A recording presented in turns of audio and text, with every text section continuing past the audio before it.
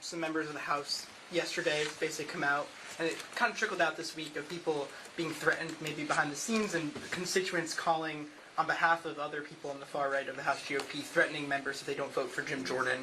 Seemed like some echoes of January 6th and threats against lawmakers.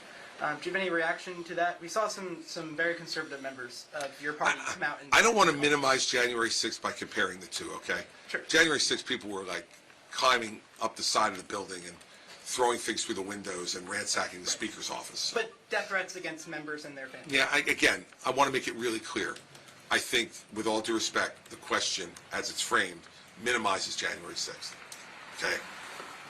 I don't think it's appropriate at all for members or their families to be threatened over a vote for Speaker. And I think, quite frankly, that it's hurting the candidate that they were advocating for. Because I think if he does have a third ballot today, which it looks like he's planning to do, he'll get even less votes than he got in the second ballot, and he had less votes than he had on the first ballot. So as I said last night, I think it's time for him to put the country ahead of his own ambition and say, it obviously isn't here for me. So let's move on to somebody else. Hopefully, if he loses a third ballot today, that's what he'll do. But I think, I don't know what role Congressman Jordan had in that tactic.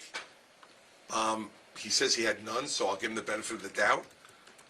But the tactic turned out to be a bad one in advocating for his candidacy. I don't think the way you unite people behind your leadership is to threaten their family. That probably turns out to be a bad idea. All right, and we have one more question.